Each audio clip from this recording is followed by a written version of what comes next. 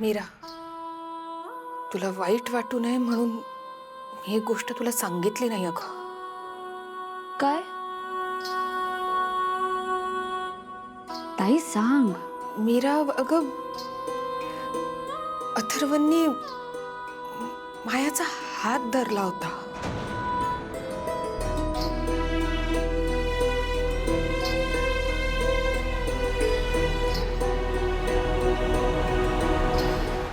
माया, आता तू आमचा अंत बघतेस.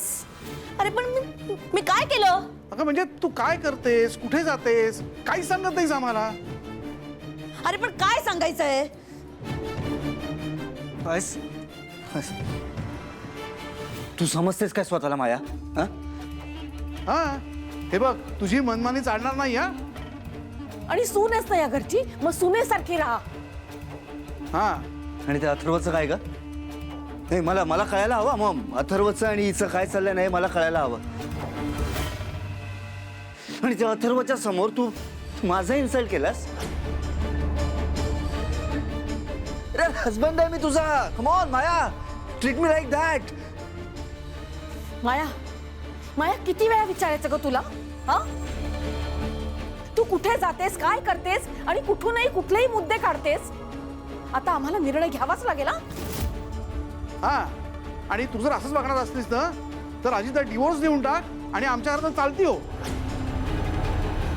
नाही नाही डॅड, वेट. डिरेक्ट असा डिवोर्सचा डिसिजन नको घ्यायला. आपण बोलूया ना, आपण बोलून सॉर्ट करूया माया, बोलून सॉर्ट करूया आपण. अरे बोलतोच आहोत ना मग आपण. दिसतंय ना तुला बोलतोय ते. माया, एक गोष्ट लक्षात ठेवा तू, आम्ही उपकार केलेत तुझ्यावर. आम्ही नसतो ना तर तुला या घरात कोणी पाऊल सुद्धा टाकू दिलं नसतं. आणि तो अथर्व जीवावर उठलाय ना तुझ्या. हा, मग काय एवढी गुलुगुलू बोलत असतेस त्याच्याशी? बस बस म्हटलं ना. हे माझं आयुष्य आहे, मी हे कंट्रोल करणार, तुम्ही नाही. माझ्या लाईफ मध्ये काय डिसिजन्स घ्यायचे ते मी ठरवणार.